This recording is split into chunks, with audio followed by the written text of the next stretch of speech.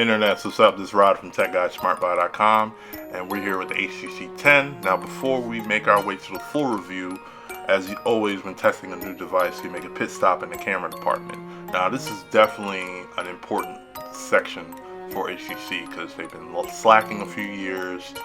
Everybody's been getting crazy better. Now it's time to see if they have caught up.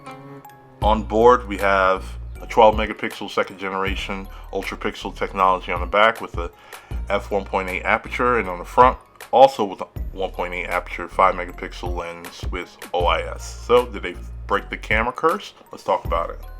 Now let's start off with the camera software. The new software is borrowed from the latest version of Google Camera, which was seen in the Nexus 5X and 6P, with slight tweaks from HTC. You have a simplistic layout with a menu that slides out on top or on the sides depending on how you're holding it, where you can access different modes like Zoe, Panorama, Pro, Hyperlapse, Slow Motion, and 4K. You can also activate the high resolution audio where you can record all video using front facing or rear facing and 24-bit audio, which is always cool. Performance side of things, the photo results are pretty sharp. They could be sharper.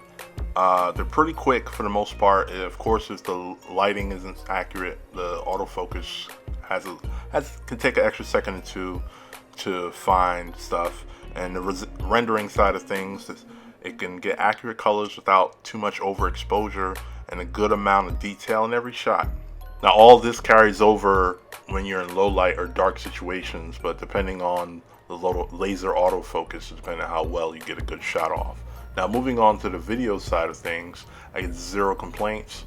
The colors still remain just as good and accurate. No type of weird rolling shutter as I walk around.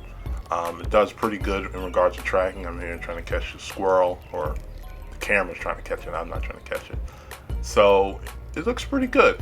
Again, with the low light and autofocus, it still looks good. I'm sitting in traffic right now, but as you can see, the autofocus is still trying to hone in on something.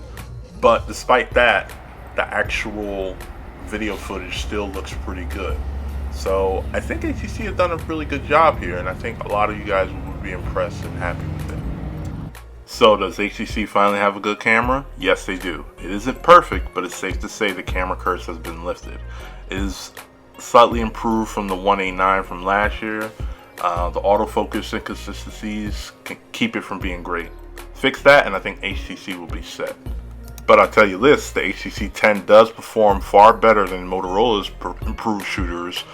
Now, based on the photo and video samples that we've shown you, has HTC won you over in the camera department, or have they let you down again? Sound off in the comments and let us know, and be on the lookout for the full review coming later this week. Thank you and take care.